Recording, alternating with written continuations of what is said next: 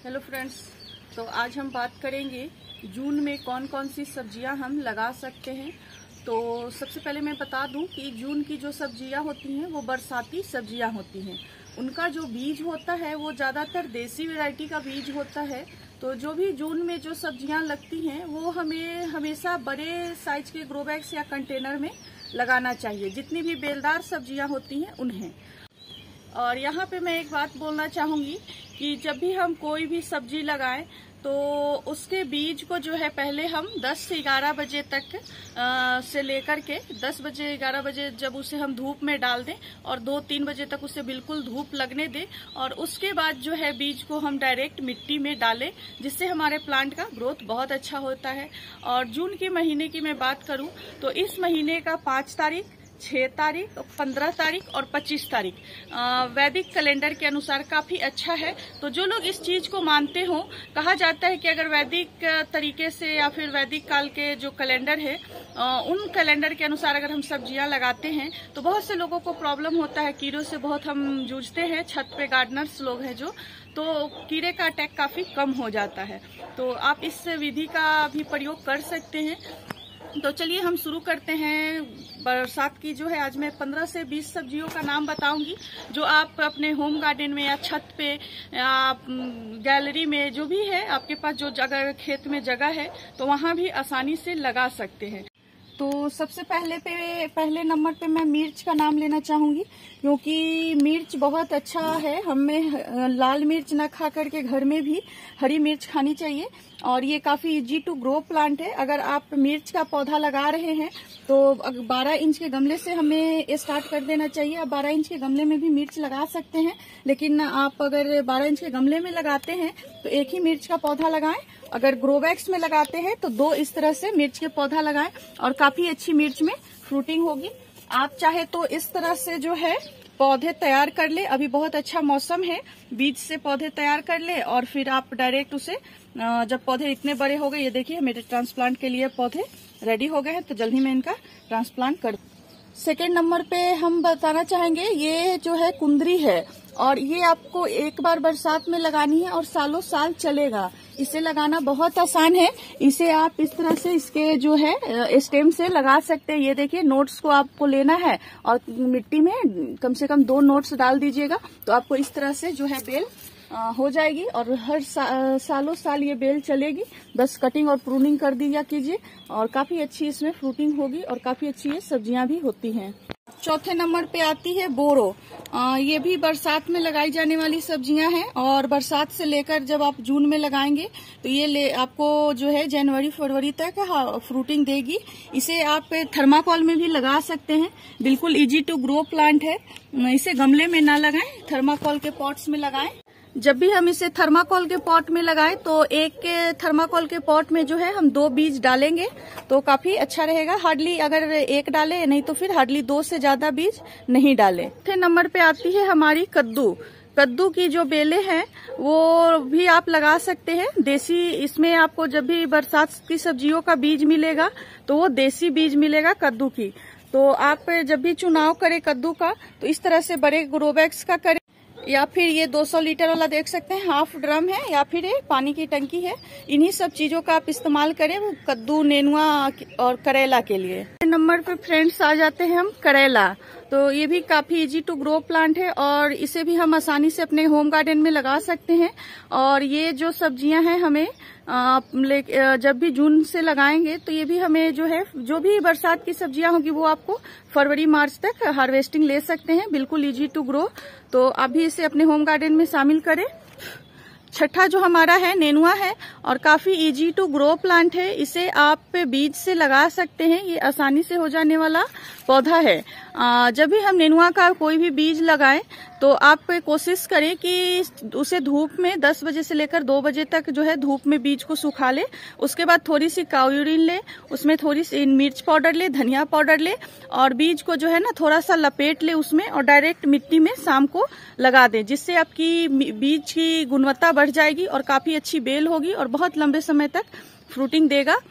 नेनुआ में मैं खासकर बता दूं, जो भी हमारे नेनुआ और जो भी बेलदार सब्जियां हैं वो बरसात में जब हम लगाते हैं तो ये होता है ना कि गर्मी की जो बेलें होती हैं उनमें जल्दी फ्रूटिंग हो जाती है, बट बरसात की जो हमारी बेलें होती हैं वो पहले ग्रोथ में जाती हैं, उनकी बेलें बहुत ज्यादा होती हैं और फिर हम उनकी जो है फ्रूटिंग होती है, तब उन जाके हम फिर हार्वेस्टिंग लेते हैं। तो ये बरसात की सब्जियों की खासियत होती है।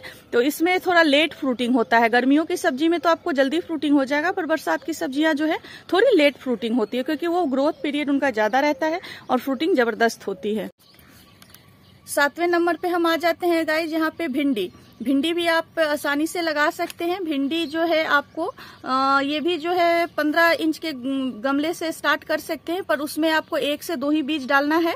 अगर ग्रो बैग्स लेते हैं तो आप उसमें ज्यादा भिंडी अपने घर के खाने लायक उगा सकते हैं।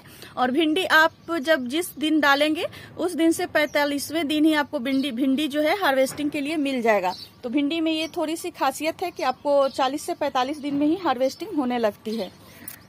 और यहाँ पे मैं भिंडी के बारे में भी बता दूं कि भिंडी का जो है बीज आपको ऐसा नहीं है कि बरसात की सभी सब्जियों का बीज तो अलग होता है, बट भिंडी की बीजें सेम होती हैं।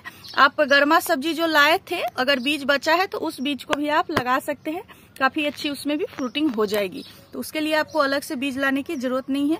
बाकी सब्जियों की बीज आपको अलग से बरसात की लानी होगी। 7वें नंबर पे हम आ जाते हैं खीरा। खीरा भी बरसात में काफी अच्छी ग्रोथ होती है और काफी अच्छी फ्रूटिंग भी खीरा में होती है। खीरे थोड़े छत पे जो है उतना ज्यादा हार्वेस्टिंग नहीं होता है, बट थोड़े थोड़े होते हैं, फिर भी अच्छे होते हैं। तो आप अपने होम गार्डन में खीरा के भी बीज डाल सकते हैं।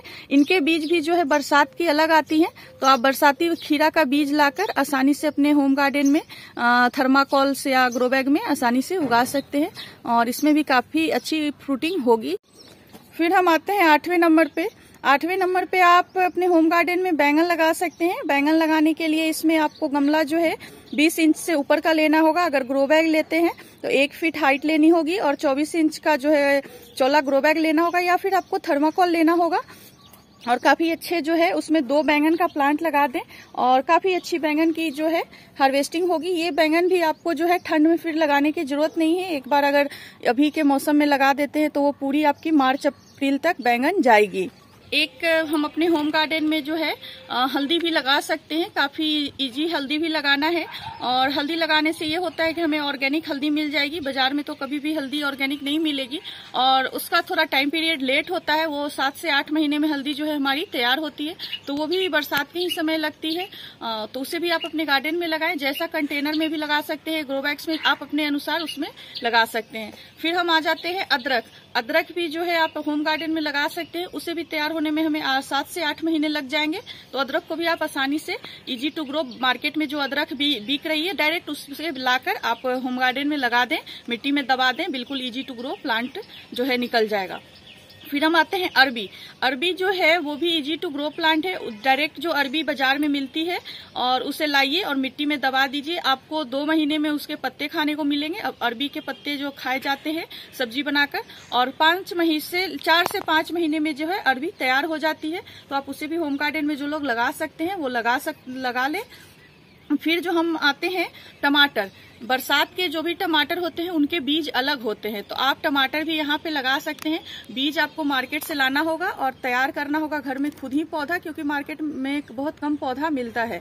तो लाकर आसानी से आप होम गार्डन में टमाटर लगाएं, जिससे काफी अच्छी फ्रूटिंग, बहुत ज्यादा तो फ्रूटिंग नहीं होगी क्योंकि बरसात ज्यादा होती है तो पेड़ गलने की समस्या होती है, बट छत है, पानी अगर ड्रेनेज होल आपने सही रखा है तो टमाटर भी काफी अच्छी फ्रूटिंग होती है। फिर हम आते हैं पालक। जैसे कुछ पत्तेदार सब्जियां जो होती हैं गाइज, हमारे यहाँ बरसात में खाई नहीं जाती हैं। अगर जो लोग खाते हैं वो लोग जो है पत्तेदार सब्जियां लगा सकते हैं। पालक हो गया, लाल साग हो गया, चोलोई की भाजी हो गई, इस टाइप की सब्जियां पत्तेदार में साग जो है लगा सकते हैं। बात करते हैं फिर धनिया। धनिया आपको सदाबहार मौसम में लगाई जाने वाली जो है धनिया है।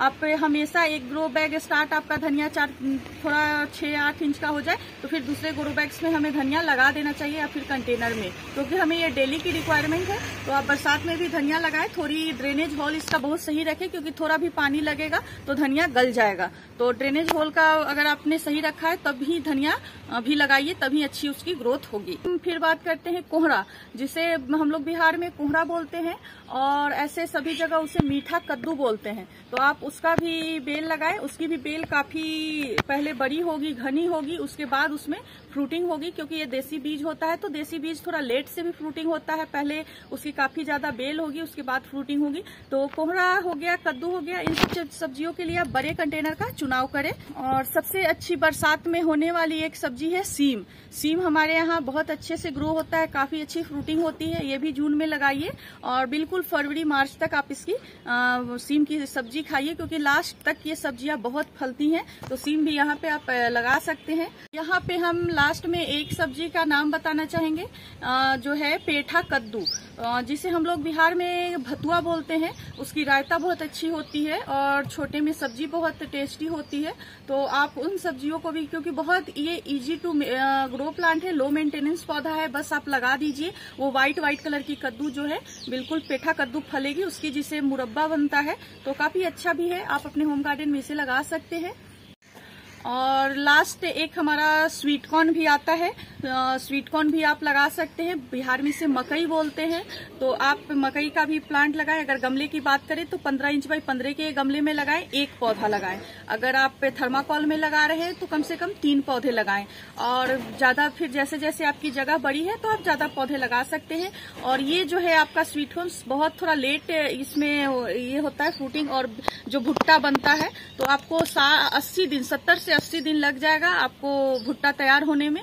तो स्वीट कॉर्न जो लोग लगाना चाहते हैं वो स्वीट कॉर्न भी लगा सकते हैं। और लास्ट में मैं ये कहना चाहूंगी कि आप समय से सब्जियां लगाइए और समय से हार्वेस्टिंग लीजिए, और समय से जब लगाइएगा तो कोई भी क्रॉप हमें सबसे समय पर मिल जाएगी। एक क्रॉप आगे पीछे होने से जो है हमारी पूरी साल गड़बड़ हो जाती है। तो जिन लोगों के पास इन सब्जियों के लिए जगह है वही इन सब्जियों को लगाएं।